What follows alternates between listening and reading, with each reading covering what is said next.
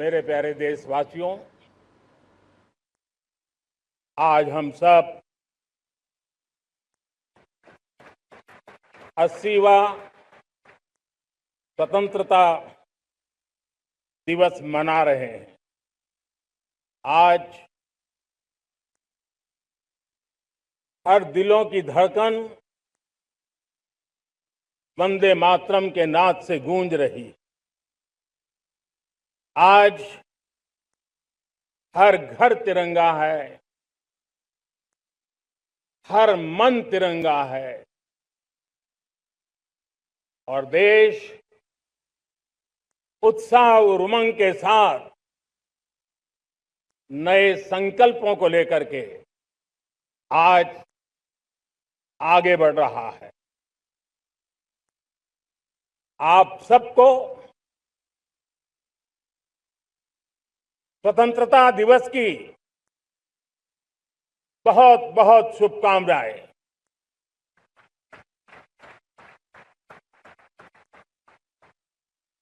देश आज उन महान सपूतों का पुण्य स्मरण करती है जिन्होंने देश की आजादी के लिए त्याग, बलिदान की पराकाष्ठा की। अपने तप, त्याग और बलिदान से आजादी के एकमात्र लक्ष्य को लेकर के अपनी पूरी जिंदगी खपा दी। पूज्य बापू समेत सभी स्वातंत्र्य सेनानियों को बलिदान की महान परंपरा जगाने वाले महान क्रांतिकारियों को आज मैं श्रद्धापूर्वक नमन करता हूं।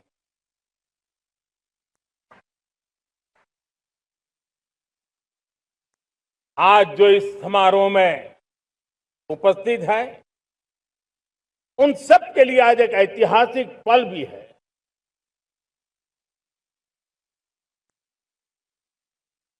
आजादी के बाद 15 अगस्त को लाल किले पर पहली बार वंदे मातरम गूंज रहा है।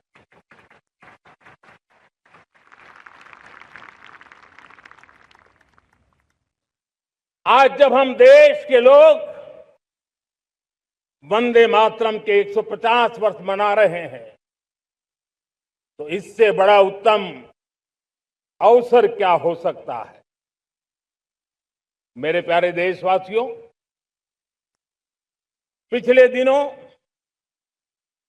देश के कुछ हिस्सों में बाढ़ का प्रकोप रहा, भूस्खलन का प्रकोप रहा, अनेक परिवार प्रभावित हुए। उनके दुख दर्द को हम भली भांति अनुभव करते हैं। पीड़ित परिवारों को मैं विश्वास दिलाता हूं कि हम और पूरा देश उनके साथ खड़े हैं। मेरे प्यारे देशवासियों, कोई भी राष्ट्र तब महान बनता है, तब अपनी सिद्धियों को प्राप्त करता है, जब अपने सपनों, अपने संकल्पों और अपने सामर्थ्य के दम पर आगे बढ़ता है। मेरे देशवासियों, अब छोटे सपनों से चलने वाला नहीं। हमें बड़े सपने, क्योंकि बड़े सपने हमारी सोच को भी विस्तार देते हैं, हमारी सोच की क्षितिज को विस्तृत करते हैं।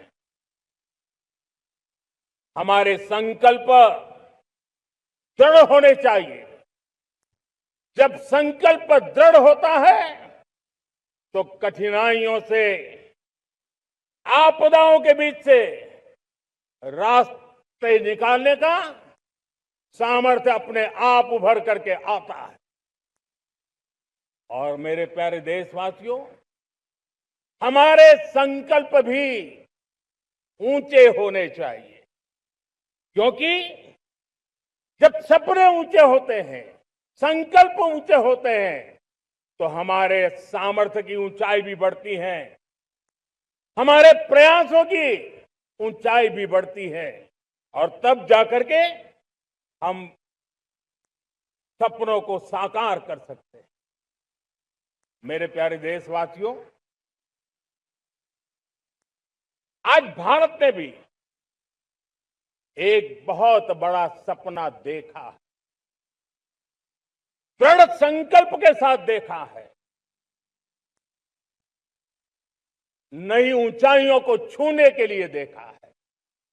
और वो सपना है, जब आजादी के 100 साल होंगे, 2047 में हम विकसित भारत बना के रहेंगे।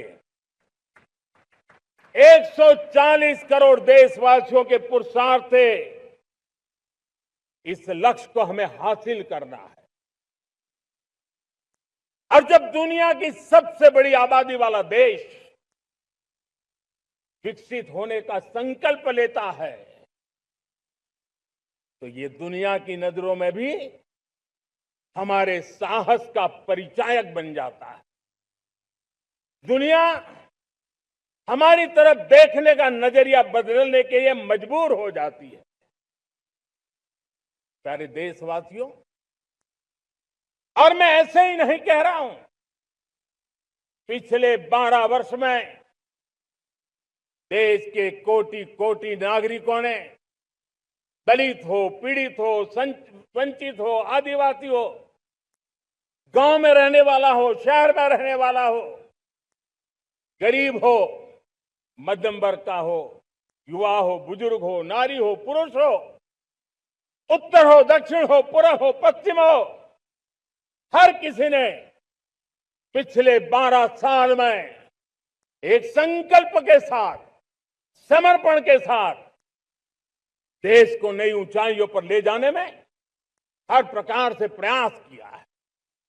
मैं उनके इस प्रयासों का आदरपूर्वक स्वीकार करता, और उसी का परिणाम है कि इतने कम समय में 25 करोड़ देशवासी गरीबी को परास्त करके गरीबी से बाहर निकले हैं। इन्हीं देशवासियों का प्रयास का परिणाम है कि हम कभी फ्रेजाइल 5 में गिरे जाते थे, 12 साल के भीतर भीतर हम एक मेजर इकोनॉमी में फास्टेस्ट ग्रोइंग इकोनॉमी बन गए हैं। साथियों, देश आजाद हुआ, बहुत सारे सपने लेकर के आजाद हुआ, लेकिन हम गति नहीं पकड़ पाए, रफ्तार नहीं पकड़ पाए। होती है, चलती है, अरे हो जाएगा, देखा जाएगा, उसी में खोए रहे। 2014 तक आते आते तो पूरे विश्व ने हमें फ्रेजाइल 5 के उस में डंप कर दिया था। ऐसे समय पिछले 12 साल में भारत ने एक नई रफ्तार पकड़ी, तेज गति से हम आगे बढ़ रहे हैं, और देशवासियों का संकल्प है कि अब 140 करोड़ देशवासियों के संकल्प को, सामर्थ्य को रोकना नामुमकिन है। सारे देशवासियों, पिछले 12 वर्षों में डिफेंस प्रोडक्शन करीब 4 गुना हुआ, खादी और ग्रामोद्योग का उत्पादन करीब 5 गुना हुआ, इलेक्ट्रॉनिक मैन्युफैक्चरिंग करीब 7 गुना बढ़ा, आधुनिक रेलवे कोच का निर्माण 21 गुना बढ़ा, मोबाइल फोन उत्पादन 33 गुना बढ़ा। इतना ही नहीं, आधुनिक युग को देकर के भी डिजिटल और इनोवेशन की दुनिया में भी हमने अपना परचम लहराया। इंटरनेट यूजर, इंटरनेट कंज्यूमर करीब करीब 4 गुना बढ़े। पेटेंट ग्रांट होने की संख्या 4 गुना बढ़ी। डिजिटल ट्रांजैक्शन 100 गुना बढ़े। सामान्य मानवीय की सुविधाओं की तरफ भी हमने उतना ही गंभीरता से काम किया। हर साल औसतन 15 गुना ज्यादा तेजी से हमने नल से जल कनेक्शन दिए। हर साल औसतन 6 गुनी ज्यादा रफ्तार से लोगों को गैस कनेक्शन दिए। हर साल 4 गुनी रफ्तार से गरीबों के लिए टॉयलेट बनाने का काम किया। हर साल 3 गुना ज्यादा तेजी से गरीबों को घर देने का काम किया। देश ने गवर्नेंस में भी बहुत बदलाव लाया। हजारों की संख्या में कंप्लायंसेस खत्म किए। सैकड़ों की तादाद में पुराने कानून खत्म किए। पिछली शताब्दी के कानूनों से 21वीं शताब्दी की मार्च नहीं हो सकती। हमने आधुनिक इंफ्रास्ट्रक्चर के लिए मेट्रो का विस्तार किया। हमने पब्लिक ट्रांसपोर्ट को ताकत दी। जिस स्पीड से काम, जिस स्केल पर काम किया, ये सब, ये रफ्तार, ये विस्तार, ये अचीवमेंट आजादी के बाद पहली बार पिछले 1 दशक ने देखा है। और जब इतनी सारी सिद्धियां हमारे सामने हो, इतनी तेज गति दिखाई देती हो, देशवासियों का सामर्थ्य पल पल प्रकट होता है, तब तो 2047 में विकसित भारत बनने का संकल्प कभी भी अधूरा नहीं रह सकता है। ये सारे आंकड़े इस बात की गवाही देते हैं कि हम आगे बढ़ने वाले हैं। मेरे प्यारे देशवासियों, लेकिन उसके लिए आत्मविश्वास की जरूरत होती है, आत्मगौरव की जरूरत होती है, और साथ साथ आत्मनिर्भर भारत होना भी बहुत जरूरी होता है। और इसलिए बीते वर्षों में हमारा कन्विक्शन रहा है कि भारत को हमें अब दूसरे देशों पर निर्भर रह करके नहीं जीना चाहिए। हमें आत्मनिर्भर बनना चाहिए। दुनिया में बहुत कुछ मिलता है, सस्ता मिलता है, जल्दी मिल सकता है, लेकिन उससे हमारा सामर्थ्य तैयार नहीं होता, न हमारे सामर्थ्य की कसौटी होती है। और इसलिए हमें भी अपनी क्षमताओं को बढ़ाना है। अपने हितों की सुरक्षा हमें खुद को करनी है।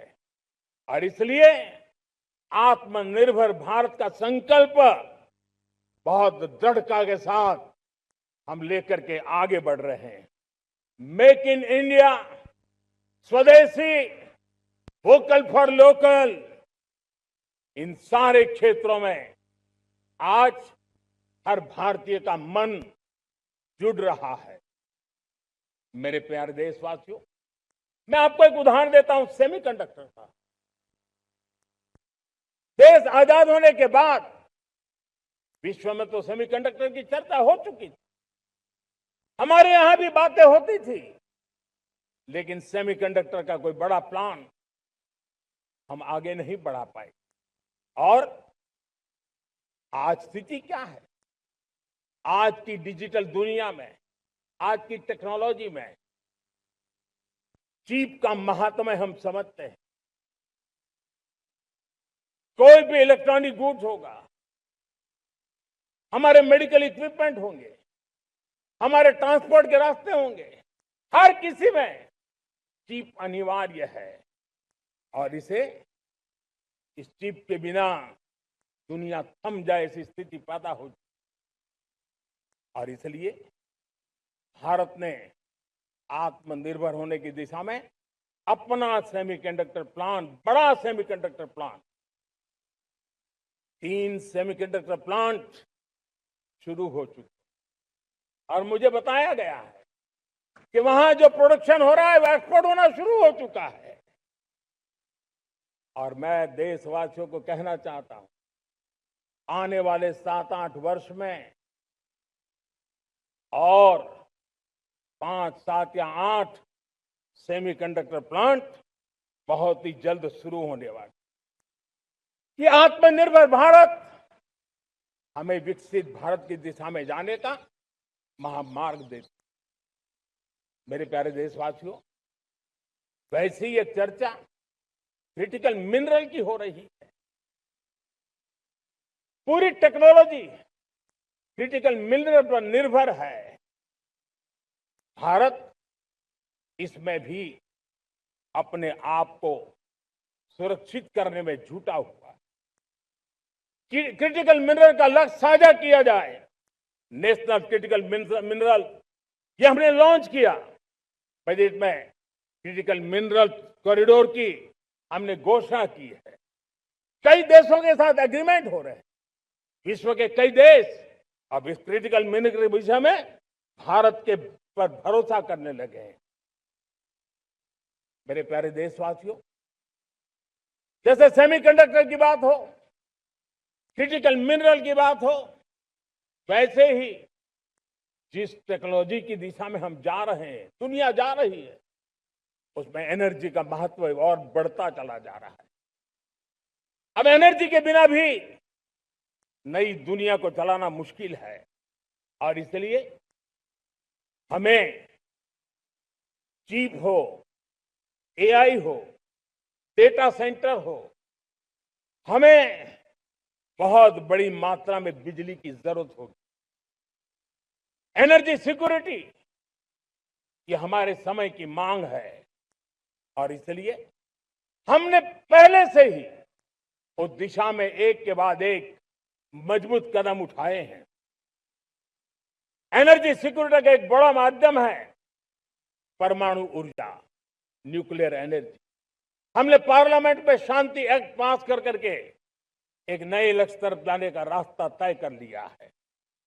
2047 तक हम 100 गीगावाट न्यूक्लियर पावर का लक्ष्य लेकर के चल रहे हैं। इसी एक दशक में हम 5 नए न्यूक्लियर रिएक्टर शुरू करने का लक्ष्य लेकर के चल रहे हैं। इस वर्ष भारत ने फास्ट ब्रीडर न्यूक्लियर टेक्नोलॉजी में महारत हासिल करके एक अहम पड़ाव पार किया है और उसके कारण परमाणु ईंधन में आत्मनिर्भर बनने की दिशा में हमें एक बहुत बड़ा सफलता का कदम हमने रखा है। मेरे प्यारे देशवासियों, कई बार संसाधनों की कमी के कारण देश रुकता नहीं है, लेकिन रुकने का कारण सोच की सीमाएं होती हैं। जब सोच बंद जाती है, सीमाओं में सड़ने लग जाती है, तब हम अपने सामर्थ्य को भी पहचान नहीं पाते हैं। देश को आज कच्चे तेल पर निर्भर रहना पड़ रहा है और हमारी गलत सोच के कारण है। आप जान के हैरान हो जाएंगे, हमने समुद्री तट पे 99% हमारा समुद्री तट का पूरा हिस्सा ऐसी सोच के कारण नो गो एरिया घोषित करके रखा था। हमने ही समंदर के अंदर जाकर के एक्सप्लोरेशन न करने का निर्णय कर लिया था। ये सोच का दारिद्र्य था। हमने फैसला किया ये नहीं चल सकता। हमने उस 99% को, जो कभी नो गो एरिया हुआ करते थे, हमने उसको गो एहेड एरिया के रूप में खुला कर दिया है। और अब हम समुद्र के भीतर भी एक्सप्लोरेशन करने की और नए नए भंडार खोजने की दिशा में हम प्रवृत्त हैं, हम प्रयास कर रहे हैं। हमने पिछले वर्ष उसी दिशा में एक महत्वपूर्ण कदम रखते हुए समुद्र मंथन की घोषणा की थी और पिछले दिनों हमने 85,000 करोड़ रुपए इस काम के लिए आवंटित करके काम को गति देने का निर्णय कर लिया है। मेरे प्यारे देशवासियों, एनर्जी सिक्योरिटी, इसका मैंने कहा कि हमें ऑल्टरनेट स्रोतों की तरफ भी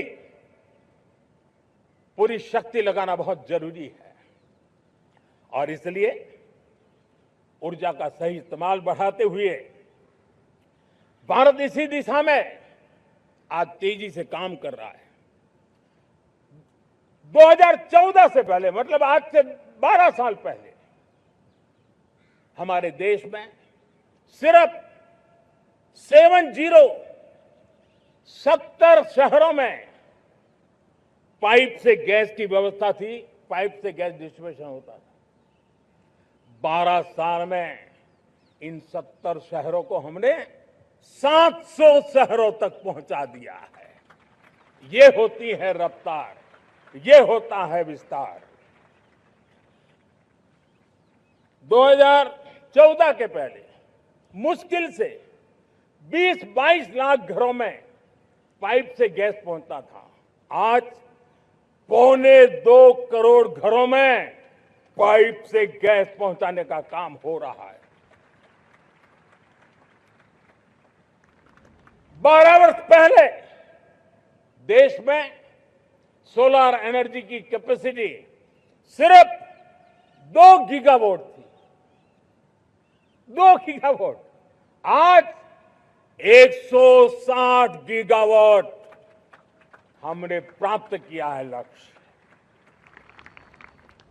मेरे प्यारे देशवासियों, मैं एक और जानकारी देता हूं। हमने इसका लाभ देश के मध्यम वर्ग को, सामान्य परिवार को मिले, इस तरफ भी उतना ही ध्यान केंद्रित किया। हमने पीएम सूर्यघर मुफ्त बिजली योजना चालू की और आज मुझे संतोष है कि इतने कम समय में 50 लाख घरों का सोलर एनर्जी का काम हम आंकड़ा पार कर चुके हैं। तेजी से चल रहा है और इसके कारण हजारों घरों का बिजली बिल 0 हो गया है। हजारों घर अपनी बिजली का उपयोग करने से अतिरिक्त बिजली आज बेच करके कमाई कर रहे हैं। हर परिवार को हम इस काम के लिए 80,000 रुपया सरकार की तरफ से एक एक परिवार को मदद दी जा रही है, तब जाकर के हम इस काम को पूरा कर रहे हैं। मेरे प्यारे देशवासियों, आपको जानकर के हैरानी होगी, ये जो हमारी रेलवे है उसका इलेक्ट्रिफिकेशन का काम हमारे देश में 1925 में शुरू हुआ था। 1925 में इलेक्ट्रिफिकेशन का काम शुरू हुआ, लेकिन 90 साल में 1925 से लेकर के 90 साल में सिर्फ 30% रेल का इलेक्ट्रिफिकेशन हुआ था। यानी 90 साल में 30%। हमारी रफ्तार देखिए, लक्ष्य को पाने के लिए हमारी दौड़ देख लीजिए। हमने एक दशक के अंदर 100% काम पूरा कर दिया। 90 साल में 30%, 10 साल में 70%, ये होता है काम। और इसके कारण डीजल जो हमें बाहर से लाना पड़ता है उसकी बचत हुई, बिजली से हमारी ट्रेनें चली, पर्यावरण को फायदा होने लगा। मेरे प्यारे देशवासियों, हम यहां से नहीं रुके हैं, हम दुनिया के अंदर पीछे रहना नहीं चाहते। पिछले दिनों आपने खबर सुनी होगी, भारत ने ईंधन का नया क्षेत्र को भी छू लिया है। देश ने पहली हाइड्रोजन से चलने वाली ट्रेन शुरू कर दी है और मुझे खुशी है, ये सबसे लंबी ट्रेन है और सबसे ताकतवर ट्रेन है और दुनिया में हाइड्रोजन ट्रेन के क्षेत्र में भी भारत ने अपना झंडा गाड़ दिया है। प्यारे देशवासियों, पिछले 10-12 साल हम लगातार 2047 के लक्ष्य को पाने के लिए दौड़ रहे हैं, एक के बाद एक सोपान सिद्ध कर रहे हैं। हमने सोचा भी नहीं था कि हमें इसमें भी कुछ मुसीबतों का झेलना पड़ेगा। पिछले 10-12 वर्ष में कितने संकटों का सामना करना पड़ा। कोरोना जैसी वैश्विक महामारी ने पूरी दुनिया को चिंता में डाल दिया था, सारी व्यवस्थाएं चरमरा गई थी। कोरोना से बाहर निकले, युद्ध की विभीषा की खबरें आने लगी, कहीं यूक्रेन तो कहीं पश्चिम एशिया, हर जगह पे तनाव का माहौल। और पता नहीं भविष्यवेत्ताओं ने तो न जाने क्या क्या घोषणाएं कर दी थी। देश को डराना, देश को भयभीत रखना, देश को चिंतित रखना, इसी में कुछ लोगों को आनंद आता है। वैक्सीन नहीं मिलेगी, कोविड में लोग बचेंगे नहीं, कुछ भी नहीं होने वाला। वेस्ट एशिया का क्राइसिस आया, पेट्रोल पंप पे पेट्रोल नहीं मिलेगा, गैस नहीं मिलेगा, डीजल नहीं मिलेगा, फर्टिलाइजर नहीं मिलेगा। सारी दुनिया भर की अफवाहें फैला करके भारत के लोगों को भयभीत करने का, डराने का, चिंता के अंदर डुबो देने का कुछ लोगों को आनंद आ रहा था। लेकिन देश ने देख लिया कि पिछले 10-12 साल की सुविचारित योजनाएं रंग ला रही है और हम इतने बड़े संकट के बावजूद भी नागरिक देवो भव के मंत्र को लेकर के जीते हुए भारत ने जो तैयारियां की थी, एक के बाद एक कदम उठाया था। सोचा नहीं था कि संकट आएगा, लेकिन उस संकट के समय में ये सारी चीजें काम आ गई और आज देश में गैस भी है, पेट्रोल भी है, यूरिया भी है। हम अपनी ताकत के ऊपर खड़े हो रहे, चल रहे। मेरे प्यारे देशवासियों, दुनिया के इन संकटों का प्रभाव हर किसी पर हुआ, हम भी अछूते नहीं। यूरिया के दाम दुनिया में 3,000 रुपया पहुंच गए एक बोरी का। आज भी हम मेरे देश के किसानों को वो बोझ सहने के लिए मजबूर नहीं कर रहे। सरकार अपने कंधों पर वो बोझ उठा रहा है और दुनिया से जो 3,000 रुपया में यूरिया का बोरा हमें मिलता है, वो हमारे किसानों को हम सिर्फ 300 रुपये में दे पाते हैं। इतना ही नहीं, डीएपी आज दुनिया में बाजार 5,000 पहुंच चुका है, लेकिन मेरे देश के किसानों को दिक्कत ना हो, इसलिए 1,350 रुपये में आज भी डीएपी देने का काम हम कर रहे हैं। मेरे प्यारे देशवासियों, एक समय था जब मैं आत्मनिर्भरता की बात कर रहा था तो कुछ लोग एयर कंडीशन चैम्बर में बैठ करके सोचने वाले लोग हमें बता रहे थे ग्लोबलाइजेशन का क्या होगा। लेकिन दुनिया देख रही है कि पिछले एक दशक में ऐसा लग रहा है कि दुनिया ने ग्लोबलाइजेशन बोलना ही बंद कर दिया है। जहां से ग्लोबलाइजेशन की आवाज आती थी वो बंद सुनाई नहीं देती है। दुनिया का हर देश अपनी अपनी संभालों के मिजाज की तरफ गया है। लेकिन दुर्भाग्य से इस संकट के कालखंड में कुछ लोगों ने अपना रुतबा दिखाने के लिए संसाधनों को वेपनाइज करने का खेल खेला है। दुनिया अपने पास जो कुछ भी है उसको वेपनाइज करने में लगी है। संसाधनों का वेपनाइज, रिसोर्स का वेपनाइज, पेट्रोल, डीजल, फर्टिलाइजर, दवाइयां, टेक्नोलॉजी की चिप्स, इतना ही नहीं, भूभाग को भी वेपनाइज किया जा रहा है। मुझे और ऐसे समय अगर हम आत्मनिर्भरता मंत्र को लेकर 10 साल सही दिशा में न चले होते तो हम कल्पना कर सकते हैं कि ऐसी चुनौतियों का मजबूती से मुकाबला कैसे करते। और हमारी तैयारियां निरंतर बढ़ती जा रही है। मेरे प्यारे देशवासियों, दूसरी तरफ आज भारत का प्रोफाइल पूरी तरफ बढ़ रहा है।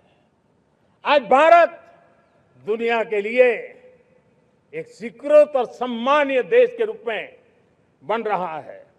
भारत के पास स्थिर पॉलिटिकल मैंडेट है, स्थिर सरकार है, भारत का वाइब्रेंट लोकतंत्र है, भारत का मजबूत न्याय तंत्र है और हम सबको दिशा देने वाला भारत का संविधान है।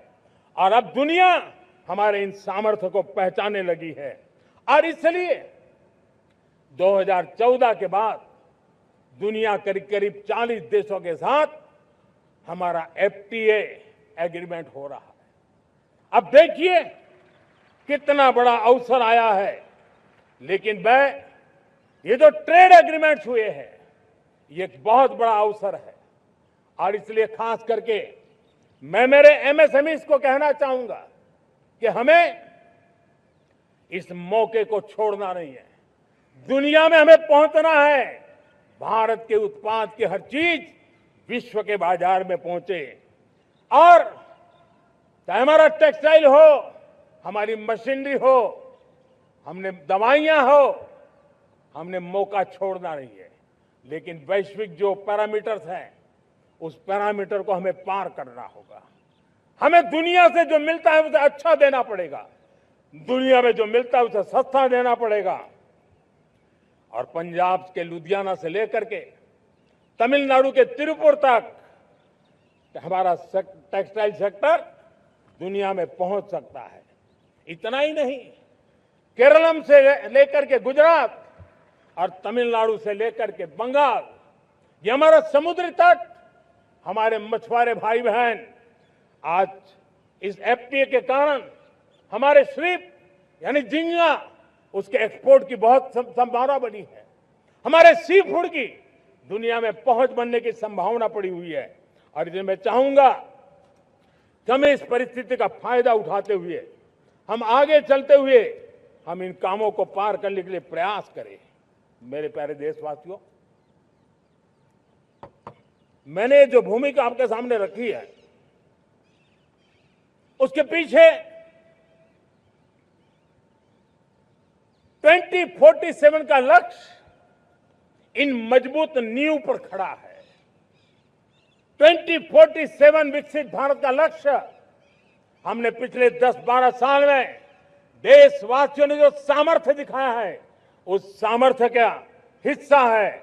और इसलिए मेरे प्यारे भाइयों बहनों, सदी का 1/4 हिस्सा बीत चुका है और अगला 1/4 हमारे लिए अत्यंत महत्वपूर्ण है। अब हम रुक नहीं सकते हैं, हमारी गति नहीं रुक सकती है, हमारी दिशा तय हो चुकी है, हमें प्राप्त करके रहना है। और इसके लिए हमें अपना वर्क कल्चर बदलना होगा। हमारे वर्क कल्चर को बदलते हुए हमें हमारी सोच को भी बदलना होगा, हमें हमारे काम की गति को भी बदलना होगा। जो काम पिछले 5-7 दशक में नहीं हुए हैं, वो काम हमें आने वाले 5-7 साल में करने हैं। और मेरा भरोसा है मेरे देश की युवा शक्ति पर, मेरे देश के नौजवानों पर, मेरे देश की माताओं को बहनों पर, मेरे देश के किसानों पर, मेरे देश के मजदूरों पर कि हम इस सपने को साकार कर सकते हैं। और इसलिए हमें रिफॉर्म की गति को भी आगे बढ़ाना है। और जब मैं रिफॉर्म की बात कर रहा हूं, रिफॉर्म नहीं हमारे लिए कोई कंपल्सन है, नहीं रिफॉर्म ये हमारे के लिए कोई बजबड़ है। हमारे लिए रिफॉर्म ये कन्विक्शन है।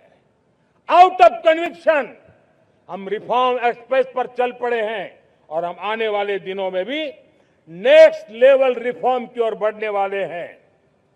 और इसलिए सरकार, समाज, उद्योग, उत्पादक, किसान, हर किसी ने अपनी ट्रेडिशनल व्यवस्थाओं में रिफॉर्म करना पड़ेगा, सोच में रिफॉर्म करना होगा, अपने लक्ष्यों को रिफॉर्म करना होगा। और इसलिए मेरे प्यारे देशवासियों, हमें एक निश्चित दिशा में को लेकर के चलना होगा। मैं आज उस युग को भी याद करना चाहूंगा जब देश भारत का सामर्थ्य सप्त सिंधु के रूप में हम जानते थे, हम समझते थे, हम सुनते थे। अब विकसित भारत बनाने के लिए हमें नई धारा चाहिए। आज लाल किले की प्राचीर से मैं देश के सामने शक्ति की सप्त धारा का आवाहन करता हूं। आने वाले 5-7 साल में जो पिछले 5-7 दशक में नहीं हुआ, वो सप्त धारा के सामर्थ्य से, शक्ति से हम देश को नई ऊंचाई, नई गति देंगे और नए लक्ष्यों को पार करने वाला सामर्थ्य देंगे। और इसके साथ साथ देश की युवा शक्ति का सामर्थ्य का भरपूर राष्ट्र निर्माण में उपयोग होगा, उनकी शक्ति जोड़ी जाएगी। आने वाले दिनों में जब मैं सप्तधारा की बात करता हूं, सप्तधारा की पहली शक्ति है मैन्युफैक्चरिंग पावर। मेरे प्यारे देशवासियों, हमें मैन्युफैक्चरिंग सेक्टर को बहुत आगे बढ़ाना होगा और प्रोडक्शन बढ़ाने के साथ साथ हमें छोटे छोटे पुर्जे भी बनाने हैं और बड़े बड़े प्रोडक्ट भी बनाने हैं। पूरा वैल्यू चेन हमारा होना चाहिए और उसे लेकर के चलना। हमें कंपोनेंट भी चाहिए और हमें कंप्लीट मैन्युफैक्चरिंग भी चाहिए, कंप्लीट प्रोडक्ट भी चाहिए। डिजाइन से लेकर मैन्युफैक्चरिंग तक भारत को ग्लोबल सप्लाई चेन का भरोसामंद केंद्र बनना होगा। इसके लिए मैं 3 चीजों पर विशेष जोर देना चाहता हूं। मैन्युफैक्चरिंग के क्षेत्र में जो मेरे भाई बहन हैं, ये समय का ये अवसर है, इस अवसर को जाने मत दें। और इसके लिए हमें कॉस्ट, क्वालिटी और स्केल, इसके विषय में वैश्विक मानदंडों से खरा उतरना पड़ेगा। हमारी फैक्ट्रीज कॉम्पिटिटिव हो, हमारे प्रोडक्ट्स यूजर फ्रेंडली हो, हमारा पैकेजिंग दुनिया के लोगों को लुभावने वाला हो, आकर्षित करने वाला हो, हमारा जीरो डिफेक्ट प्रिसिजन मैन्युफैक्चरिंग, ये हमारी पहचान बनना चाहिए। हर मैन्युफैक्चरर, हर एंटरप्रेन्योर, हर एमएसएमई से मैं कहना चाहता हूं, ग्लोबल मार्केट में हमारी पहचान विश्वसनीयता और गुणवत्ता के आधार पर होनी चाहिए। क्वालिटी के संबंध में नो कॉम्प्रोमाइज, और इसलिए हमारा मंत्र क्वालिटी, क्वालिटी, क्वालिटी होना चाहिए। यही हमारा ग्लोबल ब्रांड वैल्यू बनेगा। मेरे प्यारे देशवासियों, इस सप्तधारा की दूसरी शक्ति है कृषि और फूड प्रोडक्शन, फूड प्रोसेसिंग। हमें इस दिशा में आगे बढ़ना होगा। हमारे किसानों ने, अब दुनिया के बाजार खुल चुके हैं, एफपीए के कारण हमें एक बहुत बड़ा मार्केट मिल रहा है। हमें वहां पहुंचना है, हमें उस जगह को हाथ लगाना है।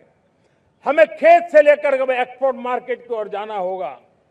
हमारे पारंपरिक खान पान हो, हमारे मिलेट्स हो, हमारे मसाला हो, हमारे फल हो, फूल हो, क्या कुछ नहीं है हमारे पास, वो ग्लोबल ब्रांड्स बनने चाहिए।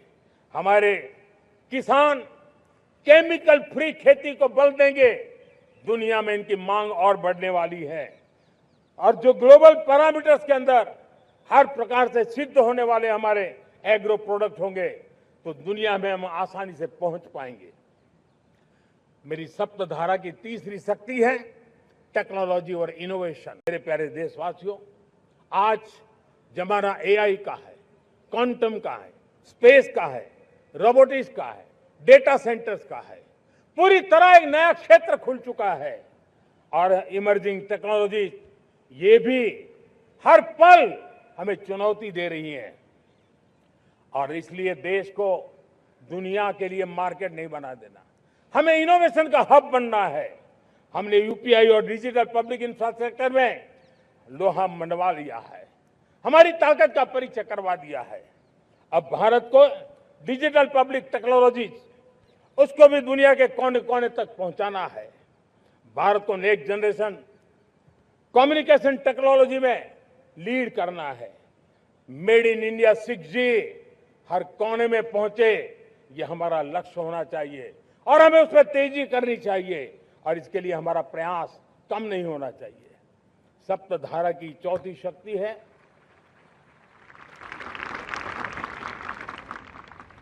गति शक्ति। ये गति शक्ति देश के अंदर सीमलेस फास्ट कनेक्टिविटी पर हमें बल देना होगा। शहरों को हाई स्पीड रेल से हमें जोड़ना होगा।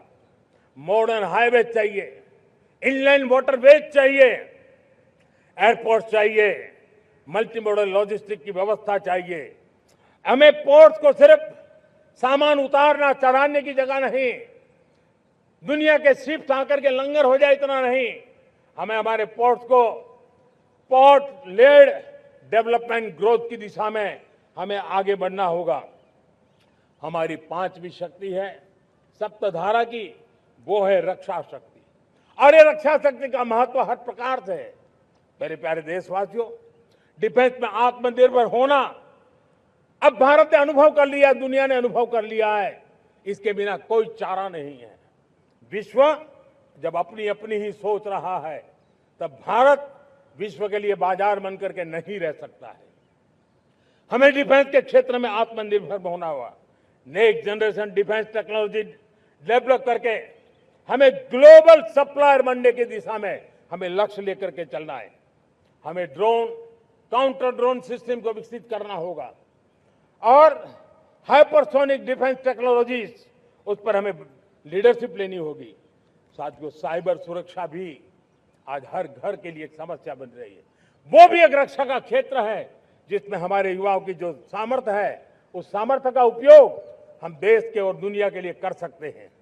हमारी सप्तधारा की छठी शक्ति है ग्रीन इकोनॉमी, ब्लू इकोनॉमी, जो ग्रीन जॉब को भी जन्म देती है। हमें green hydrogen, renewable energy, energy storage, green mobility, green manufacturing in global scale हमें पा करके रहना है। हमें दुनिया जब ग्लोबल वार्मिंग की चर्चा करती रहती है, हम रास्ते खोजते रहते हैं, हम समस्याओं का समाधान दे रहे हैं और भारत एक ग्रीन मूवमेंट का बहुत बड़ा सामर्थ्य लेकर के चलिए। भारत के पास ब्लू इकोनॉमी के लिए भी बहुत बड़ा अवसर है। बहुत बड़ा लंबा हमारा कोस्ट लाइन है। ब्लू इकोनॉमी के लिए बहुत बड़े अवसर है। फिशरीज है, कोस्टल टूरिज्म है, ओशन टेक्नोलॉजी है। ऐसे कितने ही क्षेत्र हैं जिसमें हम आगे बढ़ सकते हैं। मेरे प्यारे देशवासियों, भारत सप्तधारा की जब बात करके लेकर चला है, तब हमारी सातवीं धारा है और दुनिया के लिए इसका अपना भी एक महत्व है और वो है भारत का सॉफ्ट पावर। भारत के सॉफ्ट पावर की ताकत है। आज योग ने पूरी दुनिया को भारत के साथ जोड़ के रखा हुआ है। योग दुनिया के लिए एक ऊर्जा बनता जा रहा है, भारत के लिए विश्वास का बड़ा कारण बनता जा रहा है। जिस भारत के पास आस्था के केंद्र हो, जिस भारत के पास आयुर्वेद हो, जिस प्रकार से भारत के पास होलिस्टिक हेल्थ केयर की व्यवस्था हो, हील इन इंडिया का मूवमेंट हो, हम दुनिया के अंदर हमारे सामर्थ्य को लेकर के जा सकते हैं। हैंडीक्राफ्ट हो, संस्कृति हो, हमारी फिल्में हो, हमारा क्रिएटिव वर्ल्ड हो, वीएफएक्स हो, हमारा एनिमेशन हो, हमारी गेमिंग हो, डिजिटल कंटेंट हो, क्रिएटिव वर्ल्ड के अंदर भारत अपना रुतबा दिखा सकता है। हमने उसको वैश्विक सामर्थ्य के रूप में विकसित करना होगा। आज भारत ने वेव समिट को एक बहुत बड़ी ताकत दी है। दुनिया धीरे धीरे भारत का ये जो world audio visual and entertainment summit है, उसकी राह देखता रहता है और वो भारत के सॉफ्ट पावर को, भारत के क्रिएटिव दुनिया को परिचित करेगा। मेरे प्यारे देशवासियों, भारत के पास विशाल वन्य संपदाएं हैं। हमारे पास 100 से ज्यादा नेशनल पार्क है, क्षमता बहुत है, लेकिन विदेशी टूरिस्टों को आकर्षित करने में हम कम पड़े हैं। हमें मौका है हमारे सॉफ्ट पावर के माध्यम से दुनिया के टूरिस्टों को भारत के लिए आकर्षित करने का। हमारा सामर्थ्य हमें दुनिया को दिखाना है। हम ये काम आरा से करें और हम जल्द से जल्द हम इन लोगों आज दुनिया में स्पोर्ट्स की जो है वो भी एक बहुत बड़ा भारत के प्रति आकर्षण का केंद्र। दुनिया के स्पोर्ट्स इवेंट भारत में क्यों ना हो। कॉन्स्टेंट इकोनॉमी बहुत बढ़ रही है, देश के नौजवानों का आकर्षण है। विश्व का हर कोई कलाकार चाहता है कभी न कभी भारत की धरती पर अपना कॉन्सर्ट करे। ये एक बहुत बड़ा अवसर है, हमें इसको मोबिलाइज करने के लिए व्यवस्थाएं खड़ी करनी होगी। साथियों, सप्तधारा की इन 7 शक्तियां उद्देश्य सिर्फ एक सेक्टर में प्रगति करने का नहीं है। एक होलिस्टिक अप्रोच के साथ हमें राष्ट्र को जो लक्ष्य लेकर के हम चल रहे हैं, जो एम्बिशन लेकर के चल रहे हैं, उस स्केल को हमें पार करने की दिशा में काम करना है। मेरे प्यारे देशवासियों, कुछ चीजें मैंने बताई हैं, लेकिन मैं इससे भी आगे सोचता हूं। मैं जरा देश को झकझोरना चाहता हूं। मैं देश की शक्ति को भी झकझोरना चाहता हूं। देश यानी सिर्फ सरकार नहीं होती है, देश यानी हर नागरिक जुड़ता है। क्या हम सोच नहीं सकते कि फॉर्च्यून 500 की चर्चा तो बहुत सुनते हैं, आने वाले एक दशक में इन फॉर्च्यून 500 में 50 कंपनियां भारत की क्यों न हो, ये लक्ष्य हमारा क्यों न होना चाहिए। आज बैंकिंग सेक्टर फल फूल रहा है। दुनिया की टॉप बैंक के अंदर भारत की बैंक का झंडा भी क्यों न फहरता हो। भारत की बैंक भी टॉप बैंक 5 बैंक में भारत की भी एक बैंक होनी चाहिए। भारत की फार्मा की दिशा में हमने बहुत काम किया है, लेकिन समय की मांग है कि दुनिया की 5 बड़ी फार्मा कंपनियों में भारत की भी 1-2 फार्मा कंपनियों का नाम गूंजना चाहिए। भारत उसमें अपना स्थान बनाना चाहिए। लॉ फर्म्स होते हैं, रेटिंग एजेंसी होती है। क्या समय की मांग नहीं है कि ग्लोबल लीडरशिप अब हमारे हाथ में होनी चाहिए। टैलेंट है, सामर्थ्य है, हमारा लंबा इतिहास भी है, भाषाओं पर हमारा प्रभुत्व है। हमें विश्व में पहुंचना चाहिए। हमारी कोई कंसल्टिंग फर्म, अकाउंटिंग फर्म दुनिया के टॉप फर्म्स के अंदर क्यों नहीं होनी चाहिए। भारत की टेक्नोलॉजी कंपनियां दुनिया के अंदर सिरमौर हो, यह हमारा लक्ष्य होना चाहिए। हमारे ऐसे ब्रांड हो जिससे दुनिया आकर्षित होती हो। हमारे ब्रांड हमारे देश की पहचान हो और विश्व के लिए एक डेस्टिनेशन बन जाए। उस दिशा में हमें काम करना है और इसके लिए मैं राज्य सरकारों को कहना चाहता हूं, मैं स्थानिक स्वराज की संस्थाओं को कहना चाहता हूं, भारत सरकार का भी यह दायित्व है कि हमें हमारे रिफॉर्म की गति बढ़ानी होगी। हमें 2047 के लक्ष्य के अनुरूप हमारी व्यवस्थाओं को विकसित करना होगा। हमें बीते हुए काल के नीति नियमों से नहीं चल सकते, हमें आने वाले सपनों के हिसाब से नीति नियमों को गढ़ना होगा और इसको अगर हम गढ़ेंगे तो मुझे पूरा विश्वास है और मैं देशवासियों को भरोसा देता हूं, इसी रास्ते मेहनत में कोई कमी न करते हुए हम विकसित भारत का सपना पार करके रहेंगे। हमें सबको मिलकर के चलना है, केंद्र सरकार हो, राज्य सरकार हो, इंडस्ट्री हो, हम सब ने मिलकर के आगे बढ़ना है। हमें रिफॉर्म्स करते रहना है, रिफॉर्म्स को आगे बढ़ाते रहना है। और मैंने पहले भी कहा था, हम रिफॉर्म कंपल्सन से नहीं, कन्विक्शन से कर रहे हैं, लक्ष्य को प्राप्त करने के लिए कर रहे हैं। मेरे प्यारे देशवासियों, जब मैं विकसित भारत की बात कर रहा हूं, देश को तेज गति से आगे बढ़ाने की बात कर रहा हूं, उसका सबसे बड़ा लाभार्थी कौन है? इन सारे प्रयासों का सबसे बड़ा साधक कौन है? अगर साधक है तो मेरे देश का युवा है, मेरे देश की युवा शक्ति है। विकसित भारत की यात्रा में युवाओं की बहुत बड़ी भूमिका है। इतना ही नहीं, विकसित भारत का सबसे बड़ा लाभार्थी भी मेरे देश का युवा है और इसलिए हमें विकसित भारत के लक्ष्य को युवाओं के साथ जोड़ करके आगे बढ़ाना है। युवाओं हमारी सर्वोच्च प्राथमिकता के साथ हमें आगे बढ़ना है। साथियों, पिछले 10-12 साल में उस दिशा में बहुत कुछ हुआ है। स्टार्टअप इंडिया अभियान, आज पूरे देश में 2.5 लाख से ज्यादा रजिस्टर्ड स्टार्टअप बन गए। देश के नौजवान खुद तो काम कर रहे हैं, अनेकों को रोजगार दे रहे हैं। 1 लाख करोड़ रुपया इनोवेशन फंड भारत सरकार ने घोषित किया है। मैं देश को, नौजवानों को कहना चाहता हूं, आप अपने सपनों को लेकर के आइए, संसाधनों की कमी नहीं रहने देंगे। 1 लाख करोड़ रुपया आपके दिल दिमाग को सामर्थ्य देने का एक व्यवस्था हमने कर दी है। रिसर्च के नए अवसर मिले, डिजिटल इंडिया के नए सस्ते डेटा, ये युवाओं को सशक्त किया। दुनिया में सस्ता डेटा कहीं है तो भारत की धरती पर है, और देश के नौजवानों को उसने नई ताकत दी है। स्किल इंडिया हमने नेशनल प्रोग्राम बनाया है। स्पेस सेक्टर को हमने ओपन कर दिया। नेशनल ड्रोन पॉलिसी हमने बनाई है। खेलो इंडिया पॉलिसी बनाई है। 35 वर्षों तक एजुकेशन पॉलिसी नहीं थी, नई एजुकेशन पॉलिसी लेकर के आए हैं, और इसका फायदा मिडिल क्लास के परिवारों को हुआ है। साथियों, 2004 से 14 आंकड़े मुझे देना चाहिए आपको। 2004 से 14 हमारे देश में 350 से भी कम यूनिवर्सिटी थी, और आज 10-12 साल के भीतर भीतर करीब 650 नई यूनिवर्सिटी जुड़ चुकी है। करीब 1000 का आंकड़ा हम पहुंच रहे हैं। 2014 के पहले मेडिकल की सिर्फ 400 सीटें हुआ करती थी, आज करीब 850 सीटें मेडिकल की हो रही है। इतना ही नहीं, अब विदेशी यूनिवर्सिटी भी भारत की धरती पर आ रही है। भारत के अंदर विदेशी यूनिवर्सिटी की डिग्री मेरे नौजवान को मिले, इसका प्रबंध भी हो चुका है।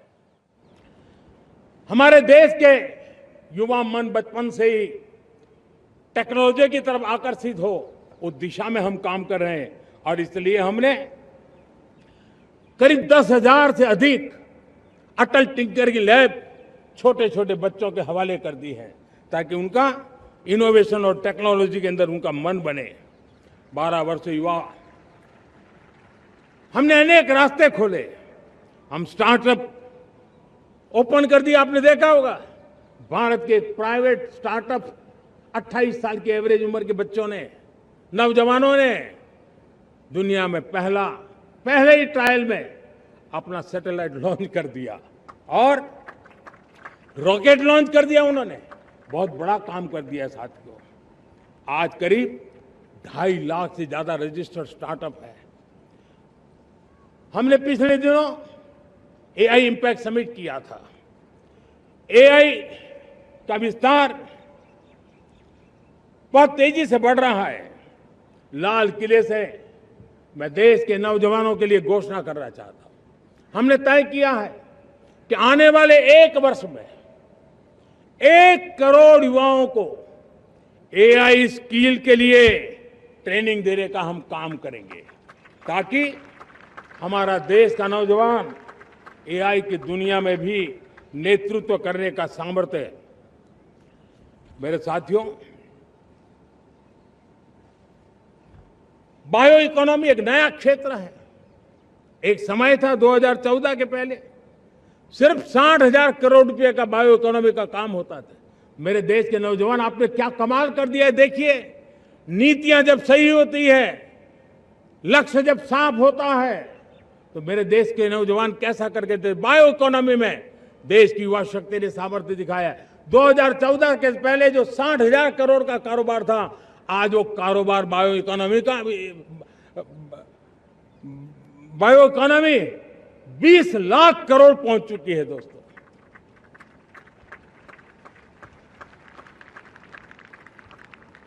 दो 2009-10 का कालखंड था, सिर्फ 25 लाख इलेक्ट्रिक व्हीकल हमारे देश में बिके थे।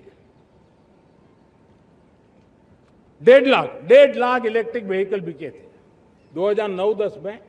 1.5 लाख इलेक्ट्रिक व्हीकल। इस 25-26 में 25 लाख इलेक्ट्रिक व्हीकल बिके हैं। मेरे प्यारे देशवासियों, एविएशन सेक्टर भी मेरे नौजवानों के लिए बहुत तेजी से आगे बढ़ रहा है। नए एयरपोर्ट, नए रूट, नए नए रोजगार के अवसर बना रहे हैं। मेंटेनेंस, ओवरहॉलिंग, इसके भी कारण देश में बहुत बड़ी मात्रा में स्किल मैन पावर को काम मिल रहा है। मेड इन इंडिया हवाई जहाज बनाने की दिशा में हमने सफलता पाई है। Made in India defence transport aircraft C295 already अपनी उड़ान भर चुका है, सफल उड़ान भर चुका है।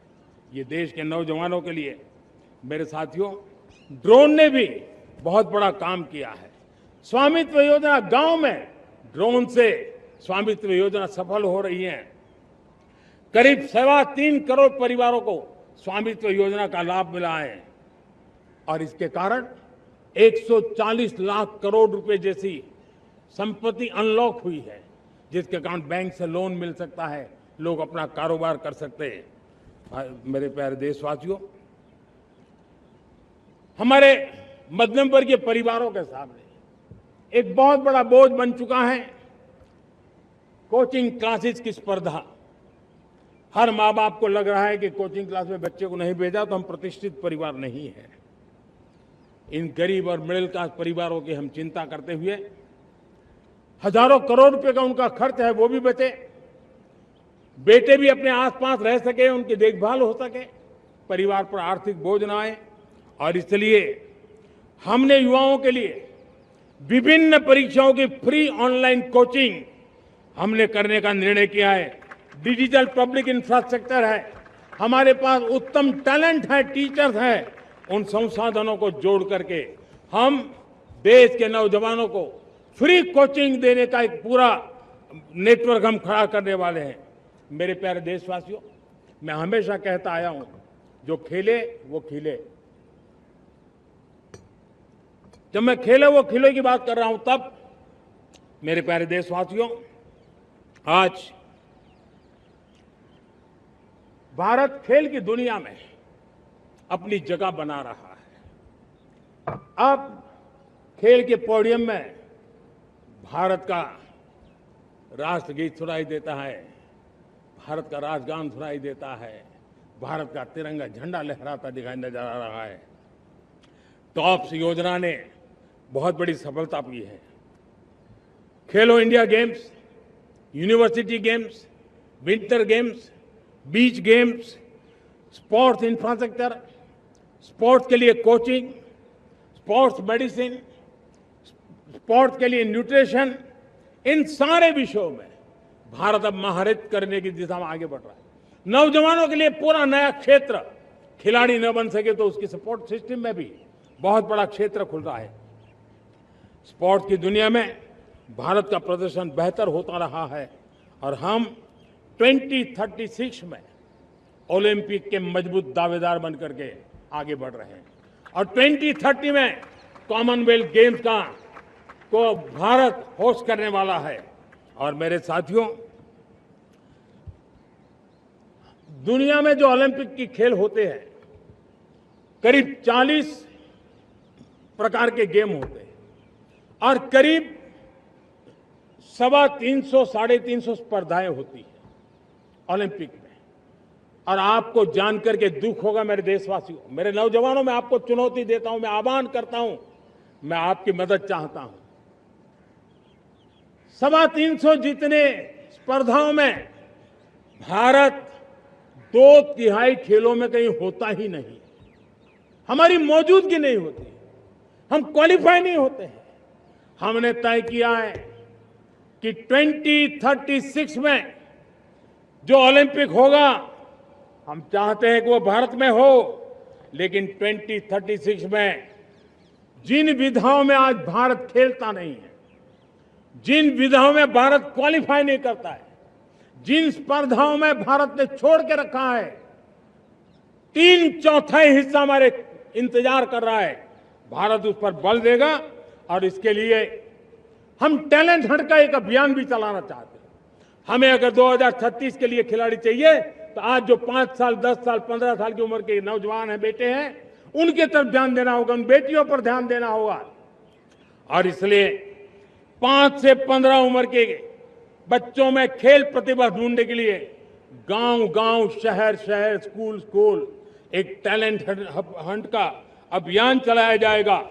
बच्चों की प्रतिभा को देखा जाएगा और फिर उनको स्पेशल ट्रेनिंग दे करके देश के लिए खेलने वाले अच्छे खिलाड़ी बनाए जाएंगे।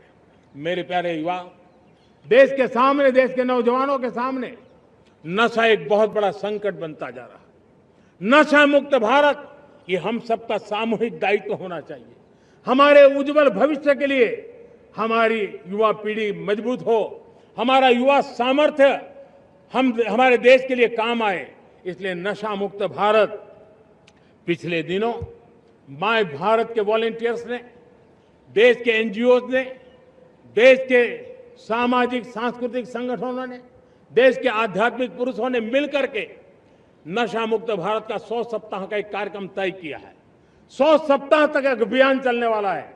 मैं हर परिवार को कहना चाहता हूं कि आप भी इस अभियान का हिस्सा बने, आप इसके साथ जुड़िए और देश के नशा मुक्त भारत के सपने को पूरा करने के लिए आप आगे आइए। मेरे प्यारे देशवासियों, 21वीं सदी में दशकों पुरानी जो चुनौतियां हैं, उन चुनौतियों को खत्म करना बहुत अनिवार्य है।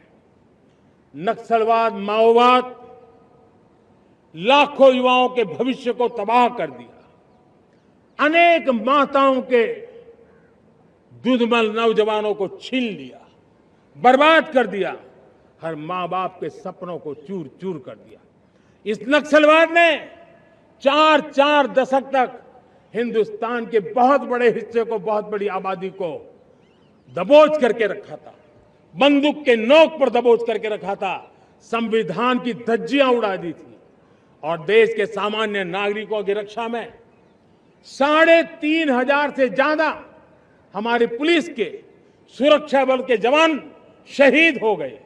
युद्ध के अंदर जितने सैनिक मरते हैं, उससे ज्यादा हमारे पुलिस जवानों को जान की बाजी लगानी पड़ी ताकि देश के सामान्य मानवी को सुरक्षा मिले।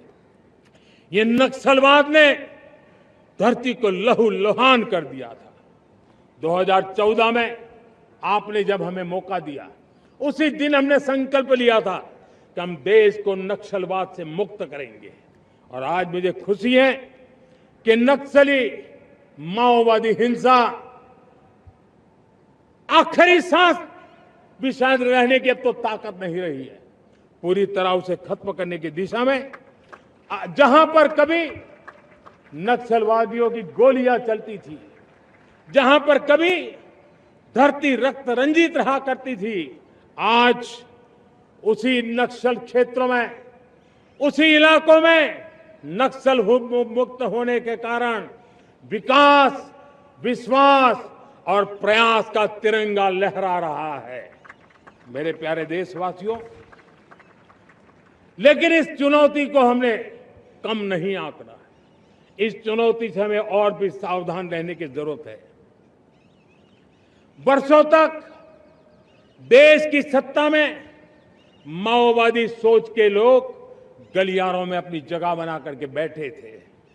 सरकारी कमेटियों में सलाहकार के रूप में भी ये माओवादी सोच ने नीतियों को प्रभावित किया था। मेरे प्यारे देशवासियों, जंगलों में हमें हथियारी नक्सलों का खात्मा बुलाने में, उस संकट से देश को मुक्त कराने में सफलता मिली है।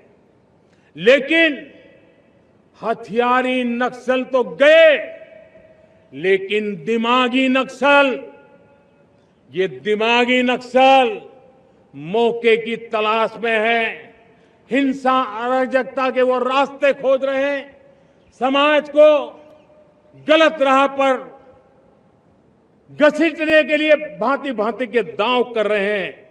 इन दिमागी नक्सलियों को पहचानना होगा, इन दिमागी नक्सलियों को आइसोलेट करना होगा और राष्ट्र को विकसित राष्ट्र बनाने की मुख्य धारा की ओर देश की युवा पीढ़ी को जोड़ना होगा। मेरे प्यारे देशवासियों, सुरक्षित भारत बनाना हम सबका दायित्व है। चुनौती सीमा के भीतर हो या सरहद से बाहर, भारत हर परिस्थिति के लिए तैयार है। आज युद्ध का नेचर बदल रहा है। अब युद्ध सीमा पर ही होता है, गारंटी नहीं है। आज युद्ध सीमा के अंदर, कहीं रिफाइनरी पे जाकर के, कहीं बैंकिंग सेक्टर को जाकर के, कहीं डेटा सेंटर को जाकर के, एक प्रकार से लड़ाई का नया रूप, इंफ्रास्ट्रक्चर तोड़े जा रहे हैं, फैक्ट्रियां तोड़ी जा रही है। हमने मिशन सुदर्शन चक्र की पिछले सालों घोषणा की थी, बहुत तेजी से उस पर काम चल रहा है। आज डिफेंस एक्सपोर्ट हमारा करीब 50 गुना बढ़ा है। करीब 100 देशों में हमारे अस्त्र शस्त्र पहुंच रहे हैं। वैश्विक पटल पर भारत की प्रतिष्ठा धीरे धीरे बढ़ रही है। बदलते हुए समय में अस्त्र शस्त्र की तरफ काम करना है, सैन्य बलों का सामर्थ्य बढ़ाना है, लेकिन साथ साथ नागरिकों को भी तैयार करना होगा। पिछली शताब्दी के युद्धों के अनुरूप जो सिविल डिफेंस की व्यवस्थाएं हमारे देश में विकसित हुई है, वो कालबाह्य हो चुकी है। और इसलिए मैं आज लाल किले से घोषणा कर रहा हूं कि हम आने वाले दिनों में सिविल डिफेंस का एक वाइब्रेंट नेटवर्क खड़ा करेंगे। आधुनिक व्यवस्थाओं से उनको परिचित कराएंगे। आधुनिक संकटों से नागरिकों को रक्षा करने की क्या व्यवस्था हो सकती है, एक बहुत बड़ा वॉलेंटरी फोर्स सिविल डिफेंस का आधुनिक चुनौतियों को पार करने वाला हम बनाने वाले हैं। मेरे प्यारे देशवासियों, राष्ट्र के निर्माण में आज हमारी बहनों बेटियों का योगदान हम सब के लिए बहुत बड़ा प्रेरणा का कारण बना हुआ है। फाइटर जेट हो या सिविल एविएशन, हमारी बेटियां सबसे आगे दिखाई दे रही है। खेलकूद का मैदान हो, हमारी बेटियां आगे दिखाई दे रही है। स्टेम एजुकेशन में भर्ती होने की प्रक्रिया हो, सबसे ज्यादा हमारी बेटियां आगे दिख रही है। आज सेना में भी एनडीए से जो बच्चियां निकली हैं, वो बड़े रौब के साथ देश की सेना का नेतृत्व करने का सामर्थ्य दिखाने लगी है। मेरी बेटियों की ताकत कैसी है। मैं पिछले दिनों साणंद में एक सेमीकंडक्टर प्लांट में गया। वहां आदिवासी बेटियां, देश के अलग अलग कोने से आई हुई बेटियां काम कर रही थी। वो उस गांव से आई थी जिन्होंने पासपोर्ट क्या होता है पता तक नहीं था। वो बेटियां विदेशों में गई, ट्रेनिंग लेकर के आई और आज चिप निर्माण का काम कर रही है और बड़े कॉन्फिडेंस, मैं जो उनका कॉन्फिडेंस देखा, मैं सचमुच में बहुत प्रभावित हुआ था। आज 3 करोड़ बहनों को हमने लखपति दीदी बनाने का लक्ष्य तय किया था, उसको पार कर लिया। अब हम 6 करोड़ लखपति दीदी बनाने के लक्ष्य को लेकर के आगे बढ़ रहे हैं। 3 करोड़ नई लखपति दीदी बनना मतलब ग्रामीण अर्थव्यवस्था में बहुत बड़ा बदलाव मातृशक्ति के द्वारा आने वाला है। मेरे प्यारे देशवासियों, आज पंचायतों में, नगर पालिका में, महानगर पालिका में बहुत बड़ी मात्रा में हमारी महिलाएं जनप्रतिनिधि बनकर के देश का मार्गदर्शन कर रही है, समस्याओं का समाधान कर रही है, बहुत ही सक्षम नेतृत्व दे रही है। और इसी को ध्यान में रखते हुए हमने पार्लियामेंट में नारी शक्ति वंदन अधिनियम पारित किया था, लेकिन किसी न किसी कारण से राजनीति के अखाड़े में पिछले 40 साल से ये सपना हमेशा राजनीतिक अखाड़े का शिकार हो गया है। मैं देश के सभी राजनीतिक दलों से आज लाल किले की प्राचीर से तिरंगे झंडे की छाया में खड़े होकर के प्रार्थना करता हूं, आग्रह करता हूं, आइए उन महिलाओं के सामर्थ्य के पुजारी बनिए, उन महिलाओं के सम्मान में आगे आइए और जल्द से जल्द हमारी माताओं बहनों को 33% विधानसभा और लोकसभा में उनको प्रतिनिधित्व मिले, वे भारत की नीति घड़तर के अंदर अपना योगदान दे। समय की मांग है और मैं सभी राजनीतिक दलों से फिर से आग्रह करता हूं, आइए महिला आरक्षण लागू करके महिला सम्मान में आप भी जुड़िए, आप भी यश लीजिए, आप भी क्रेडिट लीजिए, लेकिन मेरी माताओं बहनों को हक दीजिए। मेरे प्यारे देशवासियों, विकसित भारत का संकल्प तभी पूरा होगा जब विकास अंतिम व्यक्ति तक पहुंचेगा। 2014 से पहले सिर्फ 25 करोड़ लोगों के पास सोशल सिक्योरिटी का कवर था, सिर्फ 25 करोड़ के पास। साथियों, पिछले 5-7 दशक में सिर्फ 25 करोड़, हमने एक दशक के भीतर भीतर 100 करोड़ देशवासियों को सोशल सिक्योरिटी का कवच दिया है। आयुष्मान भारत योजना से 70 साल की उम्र के बुजुर्गों से भी आज 5 लाख रुपए तक मुफ्त दवाई की व्यवस्था हो रही है। करोड़ों करोड़ों परिवारों को इसके कारण बहुत बड़ी सुविधा मिली है। और इस आयुष्मान कार्ड के कारण 2 लाख करोड़ रुपया जो दवाई और ऑपरेशन के पीछे खर्च होना था, वो मेरे परिवारों के बच्चे हैं। वो गरीब परिवार है, वो मध्यम वर्ग के परिवार है, उनको इतनी बड़ी। मेरे प्यारे देशवासियों, आज मुझे एक काम के लिए आपकी मदद चाहिए। मैं आप सबसे एक मदद मांग रहा हूं। सभी नौजवानों से मैं चाहता हूं कि आप इसका नेतृत्व करिए। आपका 1 या 2 घंटे देश को बहुत बड़ी शक्ति देने वाले हैं। आपको लगेगा 1-2 घंटे में मैं देश की क्या शक्ति, मैं बताता हूं। आप बहुत बड़ी शक्ति बनने वाले हैं और इसलिए हर घर में वातावरण बने। इन दिनों देश में जनगणना का काम हो रहा है, सेंसस का काम हो रहा है, गिनती चल रही है। और गिनती सिर्फ आंकड़ों से बात बनती नहीं है, उसकी बारीकियों से नीतियां बनती हैं, योजनाएं बनती हैं।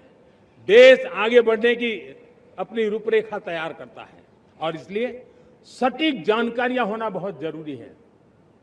कभी कभी जो सरकार की तरफ से प्रतिनिधि आते हैं वो इतनी जल्दी में होते हैं, कभी स्पेलिंग एक लिख देते हैं, कभी अलग लिख देते हैं और इसके कारण अल्टीमेट परिणाम हमें सही मिलने में दिक्कतें आती हैं।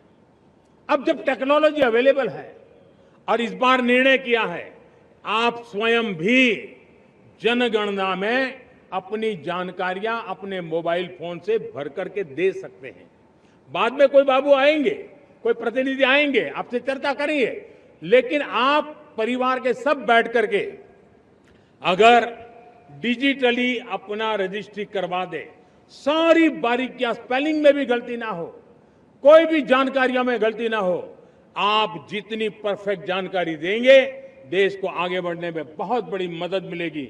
और इसलिए मैं देश के नौजवानों को कहता हूं कि आप अपने परिवार के लोगों को बिठा करके पूरे फॉर्म को समझिए, पहले कागज पे फॉर्म को भर दीजिए, कोई गलती है तो करेक्ट कर लीजिए और फिर टेक्नोलॉजिकली उसको डिजिटली इसको अपलोड कर दीजिए।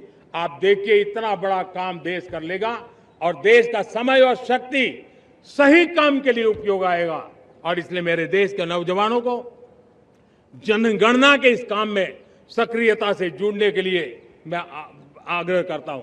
मेरे प्यारे देशवासियों, मैंने लाल किले से पंच प्राण की बात कही थी। इस पंच प्राण ने देश को अपने आत्मगौरव की ओर लेकर के आगे बढ़ने का, लक्ष्यों को पार करने के सामर्थ्य के साथ आगे बढ़ने का एक बहुत बड़ा संबल दिया है। हमें गुलामी की मानसिकता हर पल मिटाते ही रहना है। जिस भारत का सपना नेताजी सुभाष चंद्र बोस ने देखा था, बाबा साहब आंबेडकर ने देखा था, पंडित नेहरू ने देखा था, सरदार पटेल, भगत सिंह, सुखदेव राजगुरु ने देखा था, डॉक्टर श्यामा प्रसाद मुखर्जी ने देखा था, भगवान बिरसा मुंडा ने देखा था, ज्योतिबा फुले ने देखा था, उन सब से प्रेरणा लेकर के हम आगे बढ़े। आइए इस संकल्प को हम दोहराए, स्वयं से ऊपर राष्ट्र का हित हो, स्वयं से ऊपर राष्ट्र का हित हो और कर्तव्य ही हमारी पहचान हो।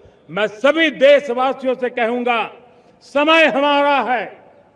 मैं सभी देशवासियों से कहूंगा, समय हमारा है, अवसर हमारा है, संकल्प हमारा है। आइए सपनों को संकल्प बनाए, संकल्प को सामर्थ्य बनाए और सामर्थ्य को सफलता में बदल के रहें।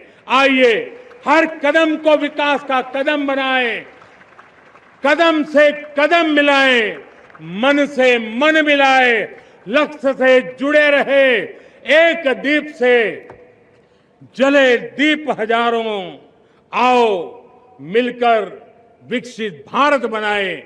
इसी एक भावना के साथ इस मंगल पर्व पर आप सबको अनेक अनेक शुभकामनाएं।